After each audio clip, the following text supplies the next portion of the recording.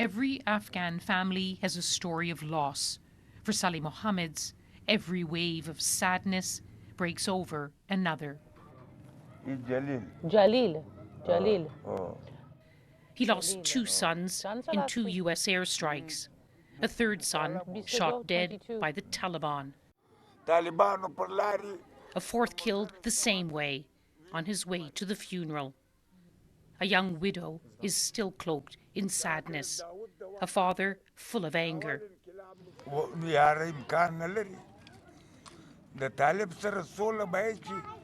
It's impossible.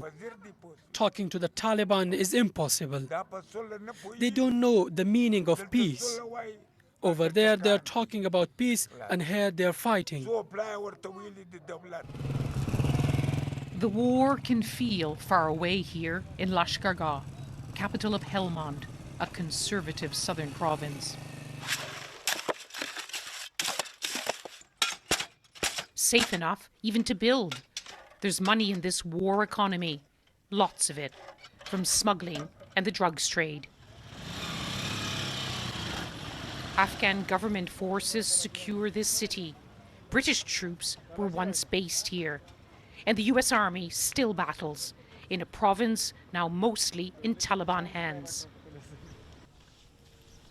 The edge of the city, a front line just months ago. The Taliban are just a short drive from here. Abdul Bari escaped another battlefield to live here in an empty house. But there's no escaping the pain of war, his leg peppered with shrapnel from a landmine. All of us here are poor. We don't have jobs. We all left our homes because of the fighting. We are just surviving between life and death. This is how we live. We were told to leave quickly. The longer we stayed, the more people started appearing on rooftops, motorcycles driving by. We were being watched. We were told it wasn't safe. You never know who is who, and the Taliban aren't far away. And days later, right in the center of the city, a farmer's fair shattered. Dozens of Afghans injured or dead.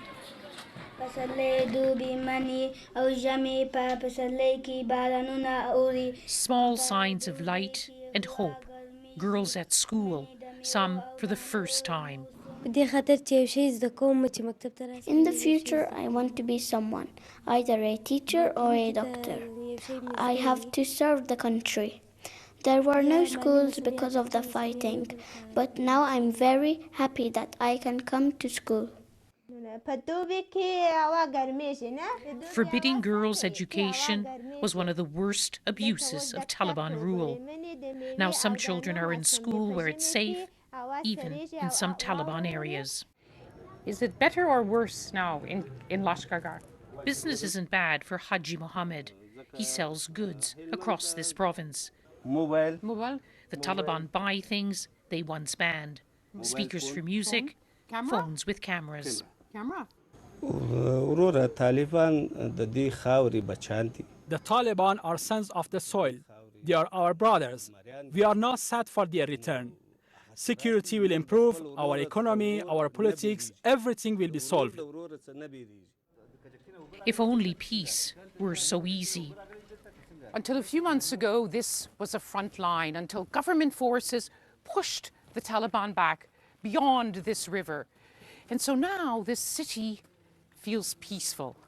But this province has the strongest presence of Taliban anywhere in Afghanistan. 70 to 80% of the districts are either controlled or contested by them, which means wherever you go, the war isn't far away.